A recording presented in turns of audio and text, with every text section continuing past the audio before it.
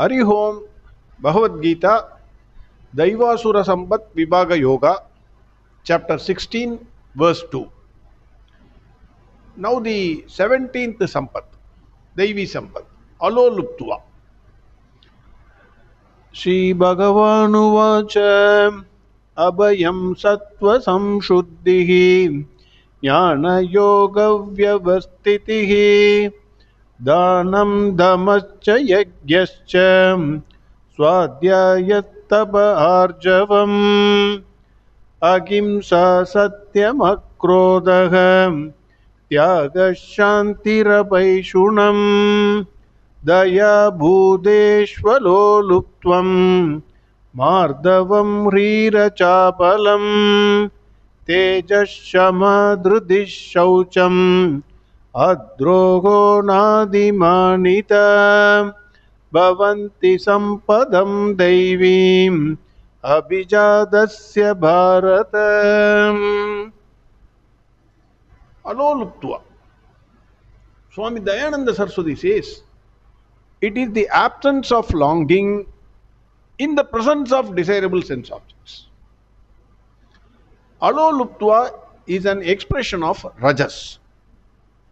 Swamiji says, it is one thing to remain controlled in the absence of objects. But it is quite a different thing to remain controlled in the presence of those objects. In cultivating this value, practice is important. There should not be longing in the presence of the objects. This requires discriminative mind. I can offer myself as an example for what Swamiji says. In the absence of sweets, I don't eat them. I don't bother about them. I don't feel any longing for it. But when I go to some function and where there is a spread, sweets, they will give 4 or 5 sweets. Then immediately I will lose control. I will yield to it. I will say some justification. The best way to overcome temptation is to yield to it. Some nonsense I will say, and then I will take the sweets. So in the absence of sweets, I remain controlled. In the presence of sweets, I lose my control. Aloluptva is, in the presence of the same thing which you desire, you must control yourself. That is Aloluptva. That is what Swami Dayananda Saraswati says. Swami Chinmayananda says, it is controlling our sense organs from extreme indulgence in sense enjoyments. Extreme indulgence should be avoided. You have to follow the mid path. An average man has an endless thirst and insatiable hunger for sense indulgence. Everything, whatever it is, sense pleasures, our life, at most up to 60, it is only sense pleasures. So to remain in self-control without excesses is Aloluptva. Swami Chinmayananda connects Aloluptva with Daya. Swamiji says, he gives an example. An avaricious doctor whose only aim is to make money, he can never be sincere or compassionate towards his patients. So you will try to make money most out of the situation. No control. Kanji Paramacharya says, it is control of everything. This control is control of everything. Speech, senses, actions and thinking. Now, control in earning and spending. On this what he says. Paramacharya says. Generally, when we buy something, we are very careful. We don't want to pay even 1 rupee extra for that product. We check 2-3 shops. Even if you book a cab, you check 2-3 apps and see which is cheaper. So that we do. But Paramacharya says, what we buy, there is no control. The price we pay, we have control. But whether we actually need that product or object, We don't have control. We buy many things which are absolutely unnecessary. Just carefully look at all the things in your house. You can easily find out how many unnecessary, unwanted, and unused things are lying in the house for years together. Each one can see this. No need to look at the somebody else's house. You see your own house. Paramacharya says, for happy living, you need only a few essential things. If you learn this, then there is no necessity for you to work from morning to night to earn that money or go out of the country to earn that money. Many people go out of the country. Everybody is proud, my son is in USA. Kanji Paramacharya says there is no need, there is no necessity to go out of the country. If you know how to live. In this case, if you go out of the country or if you are putting your effort from morning to evening, you have no time for dhyana, helping others, or for self-realization. First, you waste time to earn that money. Then, by buying unnecessary things, you waste time. You look into the online sites because you have excess money. What to do? Which one I can buy? So you waste time. Then the desire goes on multiplying. Unfulfilled desire results in hunger against this world.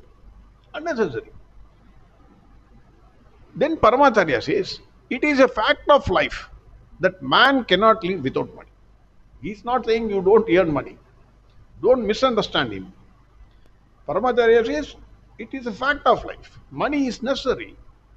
But earning too much money or spending too much money or keeping huge fixed deposits and protecting it like a ghost is what should be avoided. Paramacharya asked us, he says, to reduce the personal expenses and spend that money for dana and dharma. If you don't unnecessarily buy things which you don't require, you may use it for 1 or 2 days. After that, it will lie there. So if you don't waste that money, you can use it for dana and dharma. In a way, that is really your income. That is income by way of punya. Further, in that process, Paramacharya says, we also gain atmashreyas. Then he says, he continues, Paramacharya continues, each rich man, each wealthy man, each middle class fellow, whoever you take, he wants to have more money than his neighbor or his competitor. So this is the beauty of this world. Everyone, every beggar wants to be richer than his next beggar, his friend beggar. It is a fact of life. In that process, to prove that he has more money and to show it to the world, he takes lot of loans and buys unnecessary things. Many of the things I bought, it is all based on loan. I have repaid it. Paramacharya says, the irony is that the rich have more loans and spends sleepless nights, whereas the poor has no loans and lives happily, in the sense, without the tension of paying back the loans. So you buy car loan, you buy house loan, then you are worrying, no, the employment market is gone, whether I will have my job or not, I don't know, how will I repay my loans, etc., etc. We are all worrying. The poor fellow is not worrying because he will not get a loan. So he happily sleeps. I think this statement of Paramacharya is extremely true. If you see many rich people in this country, they ran out of the country because they were not able to pay the debts which they have taken from the banks. They have committed huge fraud against the banks and the public. That is what he says. Rich wants to be more rich, richer. And then he takes the loans, he spends lavishly, then finally he is into the trap. That is what Paramacharya says. So Paramacharya says, one should ask these questions before buying anything. 1. Will I die if I do not have this? Point number one.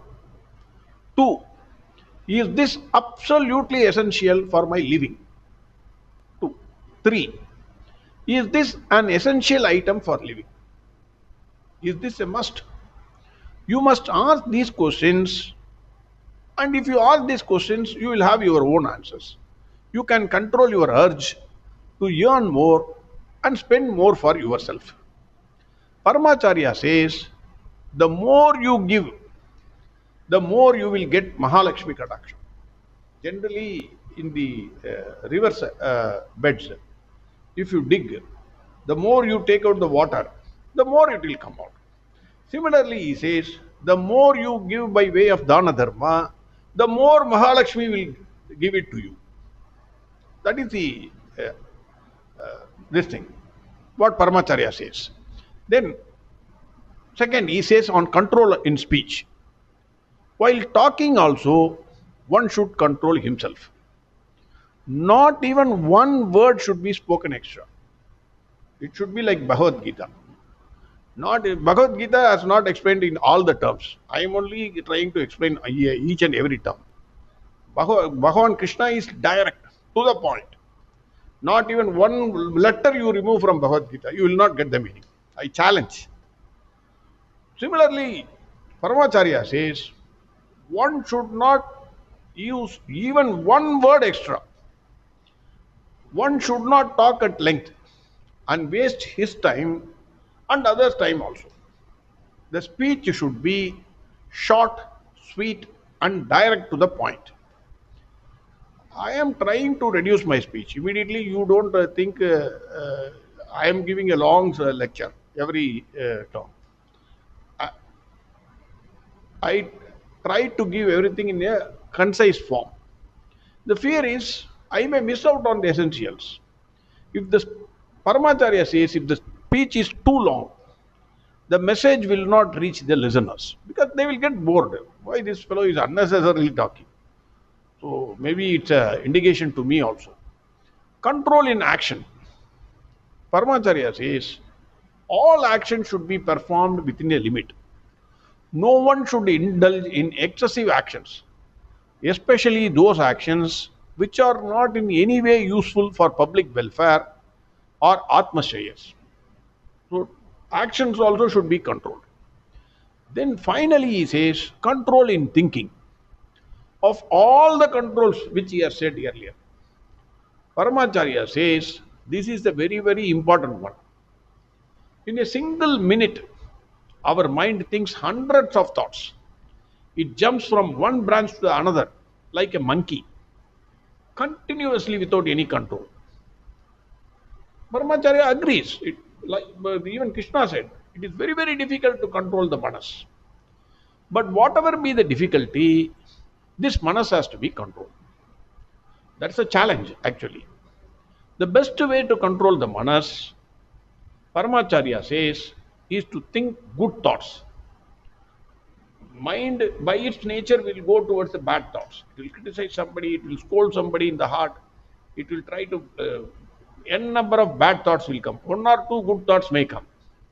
But you have to hold on to the good thoughts, which are very, very little in number. So, if you go on thinking on the good thoughts, then it is possible that you may come to a single thought. Then finally, you may merge even with that thought. That is what Paramacharya says. Hence, instead of allowing the manas to think about the bad thoughts, it should be diverted and made to think good thoughts. This is one way of controlling the manas. If you practice this, Paramacharya says, you will be able to control your manas. Paramacharya says, in our country, if you see the good old days, even water should not be wasted. Electricity should not be wasted. Even today, if you see the old people, we always insist, hey, don't take bath in shower. Switch off the lights and fans when you are not there. Don't put the AC continuously in all the rooms. Now everybody is having 4 or 5 ACs. So these are all control. Everything should be controlled. This is our nature. It is there in the blood. But now it is gone. If you ask, why should I control? What is the necessity? Then Paramacharya says, because control is actually a yoga. Bhagavan Krishna himself in Bhagavad Gita says, Sankhya is nothing but yoga. In chapter 5, verse 4, Bhagavan says, Sankhya yoga pradak balaga pravadanti na pandidaga yegam apyastitat samyak ubayor vintate palam. Bhagavan Krishna says, only children, not the wise, speak of Sankhya and yoga as distinct. He who is truly practicing the one obtains the fruits of the other. Paramacharya says Sankhya means count. We say Jana Sankhya. You count the number of people. You count your earning. You count your expense. You count your speech. You count your actions. You count your thoughts. If you start counting and using them in a controlled manner, buddhi will become balanced mind. And that itself will take you to the highest level called yoga. That is why Sankhya means count, counting and spending, counting in speech. How many words I should speak, how much time I should take. Everything there should be a time. There should be a limit. So that is very, very important. That is what says, Paramacharya says, this itself is an yoga. If you control everything, your expense, your thoughts, your actions, your words, everything, that itself is an yoga. That will slowly take you to the highest level of yoga. Hence Bhagavan Krishna says, control yourself in the presence, or you can say absence of sense objects also, because mind thinks. So in the presence or absence of sense objects. Shri Bhagavanu Vacha Abhayam Sattva Samshuddhihi Jnana Yoga Vyavastitihi Dhanam Dhamascha Yagyascha Swadhyayastabharjavam Agimsa Satyam Akrodham Tyagashantirapaishunam Daya Bhudeshvaloluptvam Mardavam Hrirachapalam Tejashamadhridishaucham Adrogo Nadimanita Bhavanti Sampadam Deivim Abhijadasya Bharatam. Next Deivi Sampad we will see tomorrow. Arihom Sarvam Krishnarpnamastu. Narayana Narayana Narayana Narayana Narayana Narayana Narayana Narayana Narayana Narayana Narayana Narayana Narayana Narayana Narayana Narayana Narayana Narayana